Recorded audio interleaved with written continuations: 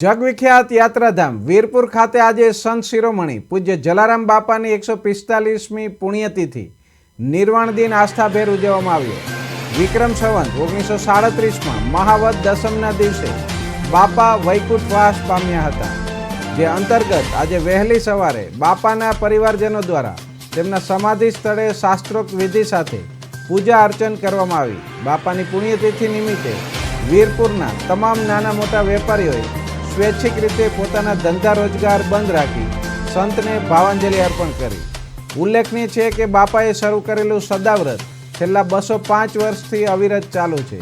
આજે પુણ્યતિથિ હોવા છતાં યાત્રાળુઓ માટે અન્નક્ષેત્ર અને દર્શન રાબેતા મુજબ ચાલુ રાખવામાં આવ્યા।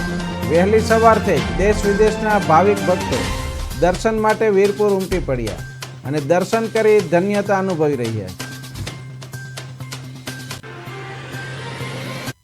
ओके भाई, जय जलाराम सीताराम। अमे राजकोट थी आव्या छीए।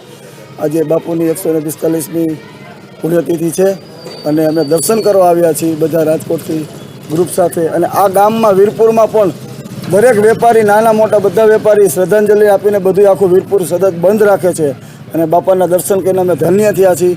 बापाना दर्शनथी अमने बहु लाभ मळे छे। आजुबाजुना गामना विस्तारो आजुबाजुना सिटीना पण अहींया दर्शन करवा बापाना आवे छे। तो अमारे बधानी प्रार्थना के बापाना दर्शन करीने बधा लाभ